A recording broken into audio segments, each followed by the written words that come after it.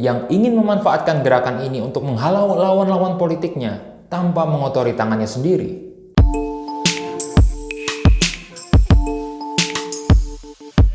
Halo sobat semua, saya Amdi Farid. Selamat datang di Striking Moment, channel yang membahas fakta-fakta penting tentang berbagai isu dan peristiwa.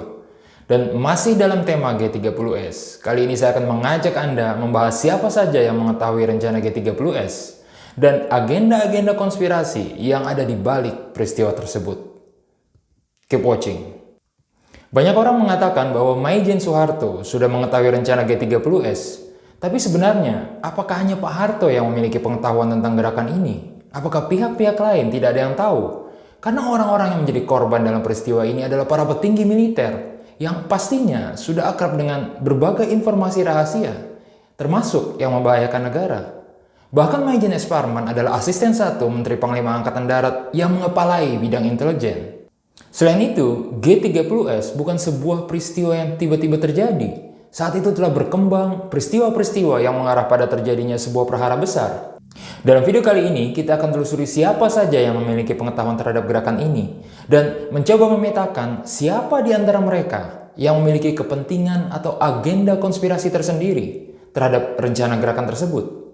Sebagai acuan utama dibuatnya video ini, kita akan merujuk pada catatan-catatan dalam buku Titik Silang Jalan Kekuasaan tahun 1966 yang ditulis oleh Rum Ali dan diterbitkan pada tahun 2006. Oke, mari kita mulai.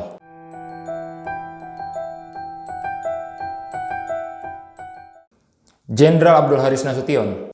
Nasution mengaku tidak ada firasat apa-apa menjelang tanggal 30 September, namun ia sudah cukup memahami situasi. Dan dalam posisinya sebagai Kepala Staf Angkatan Bersenjata, ia telah mendapat laporan intelijen yang cukup. Dan ia menyadari cepat atau lambat ada sesuatu yang akan terjadi, meskipun mungkin ia tidak tahu persis bahwa peristiwa akan mengambil waktu pada tanggal 30 September 1965. Sayangnya, laporan-laporan yang lebih spesifik seperti yang disampaikan oleh Kolonel Herman Saren Sudiro dan Kolonel Mustika tidak sampai kepadanya, melainkan hanya kepada Panglima Kodam Jaya Umar Wirahadikusuma dan Pangkostrat Maijen Soeharto. Bahwa ia menjadi salah satu sasaran, Nasution sudah cukup punya prediksi tentang hal itu. Tapi ia tidak tahu kapan hal itu akan terjadi. Penjagaan di rumahnya ada pada tingkat standar memadai, termasuk dengan adanya Letnan 2 Pierre Tendean. Meskipun penjagaan itu pada akhirnya juga punya masalah karena berasal dari Brigif 1 yang ada di bawah komando Kolonel Latif yang justru terlibat dalam gerakan 30 September 1965. Letnan Jenderal Ahmad Yani.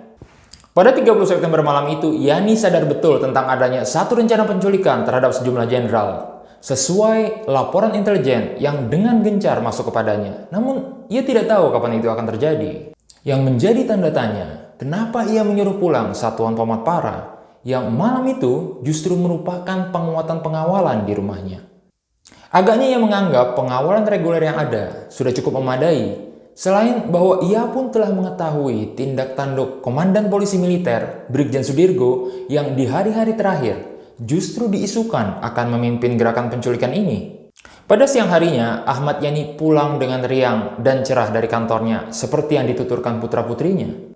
Sorenya ia tetap melakukan kegiatan olahraga golf dan malamnya ia menerima laporan dari Pangdam Brawijaya Basuki Rahmat serta perwira dari Korps Polisi Militer. Sikap gembiranya pada siang itu terkait dengan berita baik tentang rencana pertemuannya dengan Presiden besok pagi, bahwa ia mungkin saja akan ditegur keras dan diganti sebagai Menteri Panglima Angkatan Darat.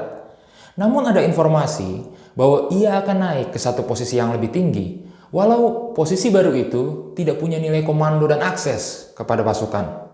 Dan yang menarik, pada malam 30 September itu juga, Yani menerima telepon penting dari Brigjen Sugandi yang mengatakan bahwa ia baru saja menerima ancaman dari Sudisman dan Aidit bahwa mereka akan menindak para jenderal dalam waktu dekat, dalam 2 atau 3 hari ini. Tapi Yani tidak menanggapi laporan itu secara serius dan menilainya sebagai pancingan belaka dari PKI. Mayor Jenderal Siswondo Parman. John Rusa dalam Dalih Pembunuhan Massal menulis tentang Siswondo Parman yang pernah mengatakan kepada seorang perwira militer Amerika Serikat pada pertengahan tahun 1965 bahwa ia sudah menyusupi sepenuhnya tubuh PKI dan dapat mengetahui setiap keputusan yang diambil dalam sidang-sidang terpenting mereka dalam hitungan jam. S. Parman memiliki kedekatan dengan PKI, salah satunya karena kakaknya sendiri, Insinyur Sakirman, adalah salah satu anggota dari Politbiro PKI. Ia juga sudah mendeteksi gerakan berbahaya ini, tapi hari hanya adalah pada tanggal 19 atau 20 September dan telah melaporkannya kepada Ahmad Yani. Tapi kemudian terbukti tidak terjadi apa-apa di hari itu. Dan yang menarik, dalam daftar penculikan yang tidak terjadi itu tercantum nama Maijen Soeharto, Maijen Mursyid, dan Brigjen Sukendro. Setelah itu, ia sempat melaporkan lagi desas-desus baru tentang rencana penculikan sejumlah jenderal. Salah satunya berdasarkan informasi dari Brigjen Yoga Sugama. Tapi karena informasi itu tidak disertai bukti yang cukup, Maijen Parman meminta tambahan bukti lebih lanjut dari laporan itu. Dan Yoga menjanjikan akan menyelidikinya lebih jauh. Dan yang menarik sobat, selain memberi informasi, pada kesempatan itu Yoga juga menyampaikan pesan Pangkostrat Maijen Soeharto agar Maijen Parman berhati-hati sehubungan dengan isu penculikan yang marak saat itu.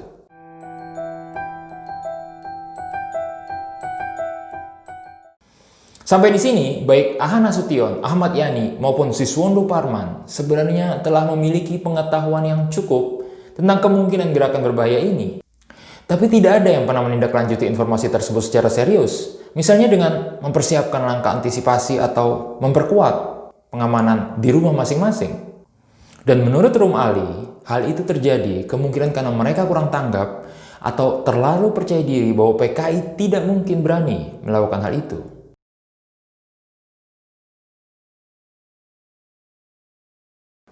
Omar Dhani pada dasarnya juga memperoleh informasi yang cukup mengenai beberapa bagian dari peristiwa yang akan terjadi. Ia memahami seluruh persoalan sebagai satu proses internal Angkatan Darat untuk menindak apa yang disebut sebagai jenderal-jenderal kontra-revolusioner yang tergabung dalam Dewan Jenderal. Dan Omar Dhani memilih untuk tidak campur tangan terhadap masalah tersebut karena ia sadar itu adalah internal dari Angkatan Darat dan ia hanya menanti apa yang akan terjadi. Namun sadar atau tidak, ia menjadi terlibat karena keikutsertaan seorang mayor dan beberapa anggota Angkatan Udara lainnya, serta digunakannya kendaraan dan senjata milik Angkatan Udara. Dan pimpinan Angkatan Udara, termasuk dirinya, tidak mencegah keikutsertaan tersebut. Selain itu, lokus delikti ada di sekitar Pangkalan Udara Halim Perdana Kusuma, meskipun tidak semuanya termasuk dalam kawasan yurisdiksi Angkatan Udara, seperti halnya daerah Lubang Buaya.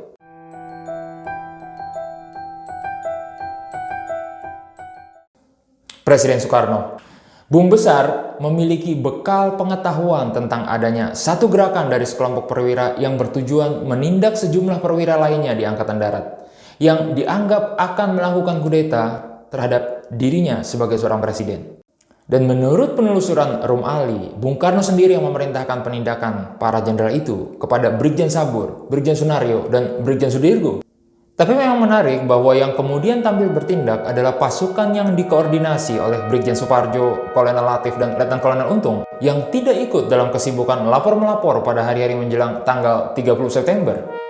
Soekarno percaya bahwa kelompok perwira yang akan melakukan makar itu adalah apa yang dinamakan Dewan Jenderal. Bagi Soekarno, Dewan Jenderal identik dengan Jenderal Abdul Harus Nasution, yang menurut Subandrio adalah jenderal yang paling ditakuti oleh sang presiden. Jadi baginya, Nasution adalah sasaran untuk ditindak, dan bersama sejumlah jenderal lainnya akan dihadapkan kepadanya esok hari pada tanggal 1 Oktober 1965.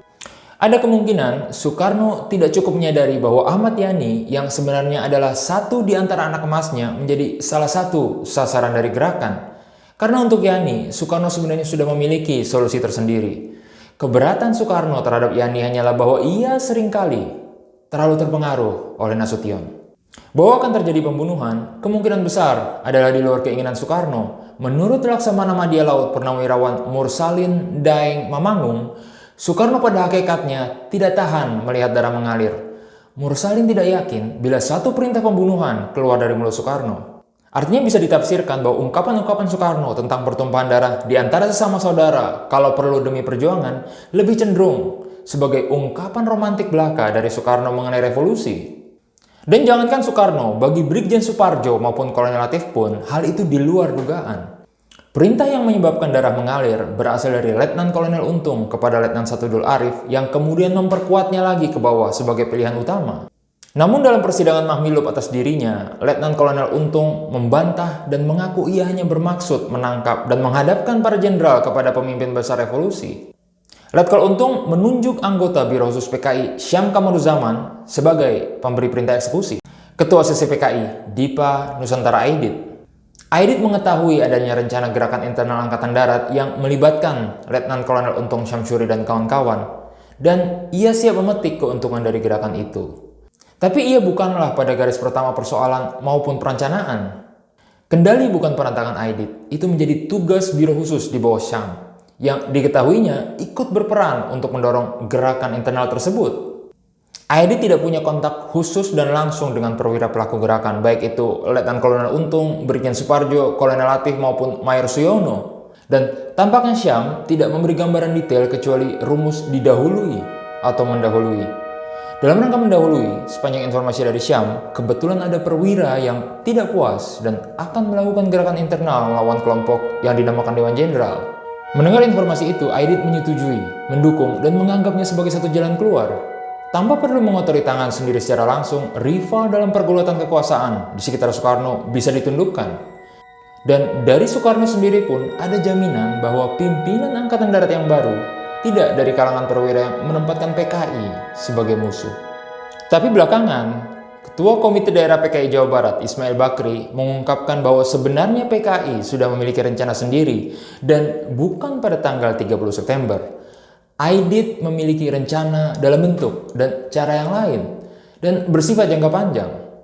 Karena itu, partai tidak disiapkan untuk momentum tanggal 30 September. Hal ini antara lain diungkapkan Ismail Bakri kepada aktivis 1978 Majid Mahmud semasa sama-sama menjadi tahanan di Rumah Tahanan Cimahi pada tahun 1978. Mayor Jenderal Soeharto. Menurut Rumali, Soeharto adalah orang yang menampung begitu banyak informasi dan petunjuk tentang akan terjadinya satu gerakan yang ditujukan kepada jenderal-jenderal koleganya yang merupakan perwira teras Angkatan Darat. Dan salah satu informasi itu justru datang dari dua calon pelaku gerakan, yaitu Letnan Kolonel Untung dan Kolonel Latif. Soeharto hanya menyimpan informasi itu untuk dirinya sendiri, tidak melanjutkan kepada pimpinan Angkatan Darat lainnya. Dengan bekal informasi yang cukup detail itu, Soeharto dengan mudah membaca situasi dan tampil dengan gerakan pembersihan dan penumpasan. Keberhasilan dari gerakan pembersihan yang dilakukannya ini membawa dirinya masuk ke dalam jenjang kekuasaan paling tinggi di negeri ini.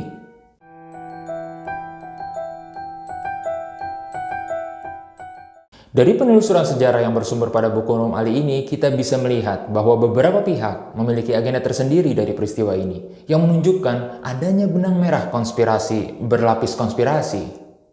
Pertama adalah DN Aidit yang ingin memanfaatkan gerakan ini untuk menghalau lawan-lawan politiknya tanpa mengotori tangannya sendiri. Yang kedua adalah Soekarno yang ingin menindak para jenderal yang tidak setia kepadanya yang tergabung dalam apa yang disebut sebagai Dewan Jenderal, dan ingin menegur keras para jenderal itu dan dihadapkan kepadanya esok hari pada tanggal 1 Oktober 1965. Yang ketiga adalah Soeharto yang menunggu dan menyimak perkembangan situasi sembari menampung begitu banyak informasi dan menyusun strategi, dan pada saatnya siap menggebuk untuk kepentingannya sendiri. Dan Jenderal Soeharto telah mengerjakan perintah itu dengan baik. Saya mengucap terima kasih kepada Jenderal Soeharto akan hal ini. Oke sobat, sampai di sini dulu perjumpaan kita. Silakan beri komen kalian pada kolom di bawah. Dan jangan lupa like video ini, subscribe, dan share ke teman-teman kalian. Selalu jaga kesehatan dan salam.